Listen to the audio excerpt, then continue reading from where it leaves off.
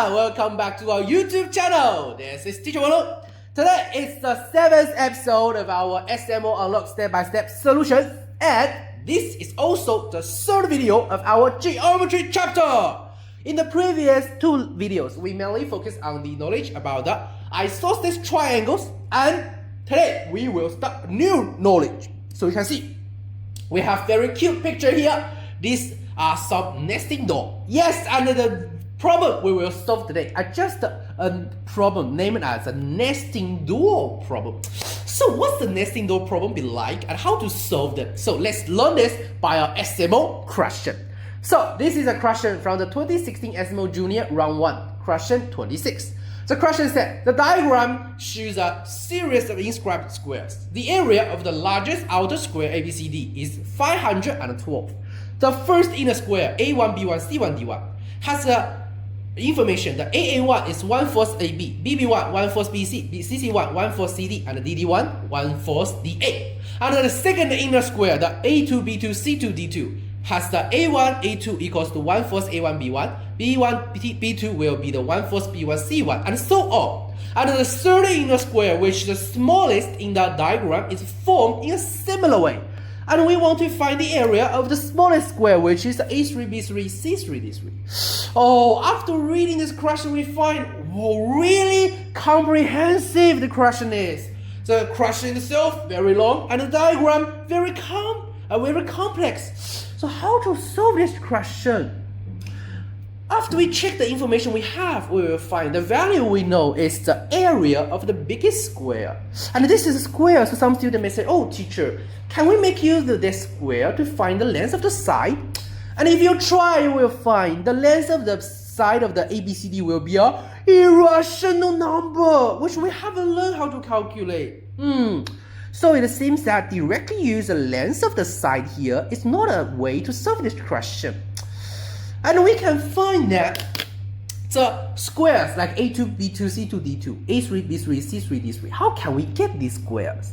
The process is like we decrease the size of the biggest square and then we rotate it, put it in a certain position. Then we have the A1, B1, C1, D1. And then we repeat this process, decrease the size, rotate it, then we have the A2, B2, C2, D2, and the same as the A3, B3, C3, D3. So you can see, we just repeat the process again and again. This is just like a nesting door. So that's why we can call this kind of a question as a nesting door question. And for this question, here, a trick is, we don't need to solve all of the cases because the process is repeating. So we just need to solve the one case. So for this question, what's the first step is we simplify this question as the first square, the A1, B1, C1, D1. So if we can find the relationship between the A1, B1, C1, D1 and ABCD, we can use that pattern to solve the following cases. But how to find the relationship between these two squares? We know if we want to find the area, we need the length of the side, like A1, B1. But we can see, here, we don't know how to find it. So here, it seems that directly to find the area of A1, B1, C1, D1 is hard. Then, when we encounter some cases that if we have difficulty to directly solve, then we can try the reverse. I can use an example to explain this. For example, if teacher alone, I have 100 burgers and I have eaten several burgers. But because I eat too long, so I forgot how many burgers I have eaten. So what's the method I can use to find the number of how many burgers I have eaten? Yes, I can just count how many burgers I have in left. Then I use total minus number in left. Then I can find how many burgers I eat. So here the same. We cannot directly find the area of the square. So what we can do? Excellent! We can use the biggest square minus the 4 triangles. But the question is, how can we find the area of the 4 triangles? So don't forget, the question also gives us some ratio relationship. For example, AA1 is 1/4 AB. And for such ratio relationship, in primary school, we can use which method? Yes, we can set unit. So for AA1, we can set as, excellent, 1 unit. Then we know for AB, the whole length will be the 4 unit. Then what about 81? 4u minus 1u, so 3 units. Then what's the sum of the area of the 4 triangles? We just need to use the base times height times the half. So 1u times 3 unit times the half. And then we have how many triangles? 4 triangles. So times 4. Then it will be, it will be 6 unit square. And then what about the biggest square? Oh, just the 4u times 4u. So it will be 16u square. Then the area of the A1, B1, C1, D1 will be, 16u square minus 6u square. So it will be 10u square. And then what's the relationship here? We can find the area of the A1, B1, C1, D1 and the area of the ABCD. The ratio will be 10u square over 16u square. That will be 5/8. And after we know this, we know the whole process, how to get the A3, B3, C3, D3. It's just a repeat. So let's see how many times we repeat. We can see we repeat in total 3 times. That means if we want to get the area of the A3, B3, C3, D3, we need to use the ABCD area time 5/8 3 times. Yes. So we will use 512 times 5/8 3 times. And then we just need to do the calculation here. So we can see 8, 8, 8, and 5, 1, 2. They can be cancelled out. So what we have here is only 5 cubed equals to 125. So that's this answer. Congratulations, we have solved one SMO question with just a primary school method. Very good. And I know some students may raise such question. Teacher, how can you say we don't know how to find the length of the A1, D1? I know.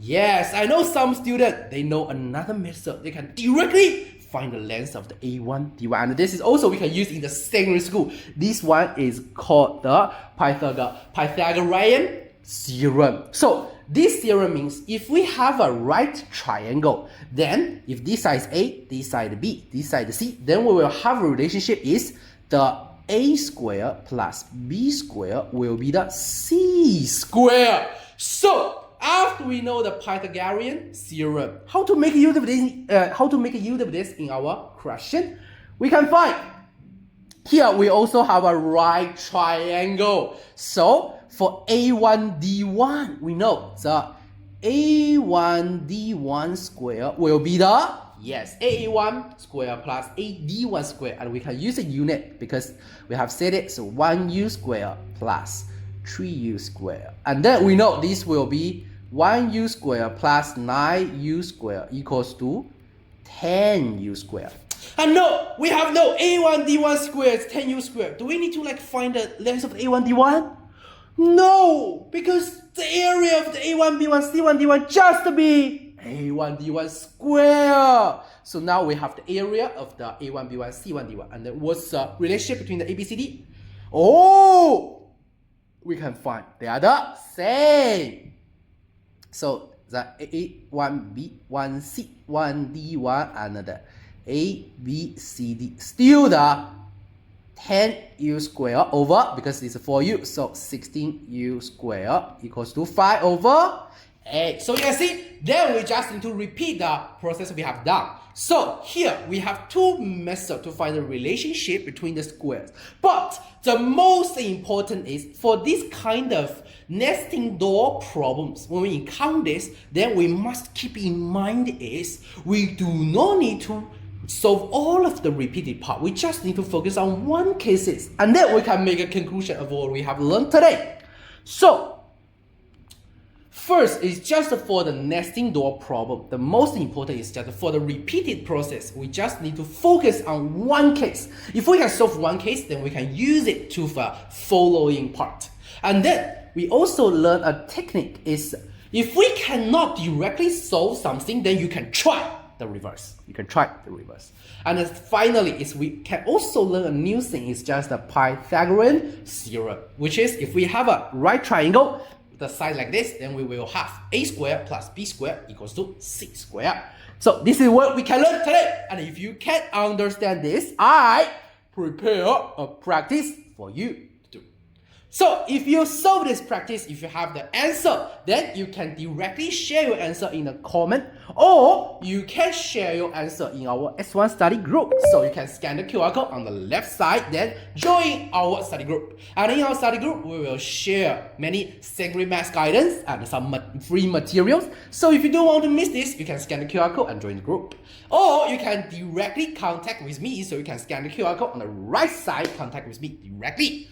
And this is just the 7th episode. We will keep updating these SMO step-by-step solutions, and also we will updating some videos about like the SMO and the secondary math, how to study. So if you don't want to miss this content, remember to subscribe to our channel for more learning and information videos. And it's time to review the answer of the question from the last video. So this is a practice from the last video, and the answer will be 36 degrees. So do you have the same answer? If you have, congratulations! You can share your process and answer in the comment or the study group. And if you don't have the same answer, no worries. You can contact with me. I can do the explanation for you. And this is all for today's video. See you in the next video. Bye bye.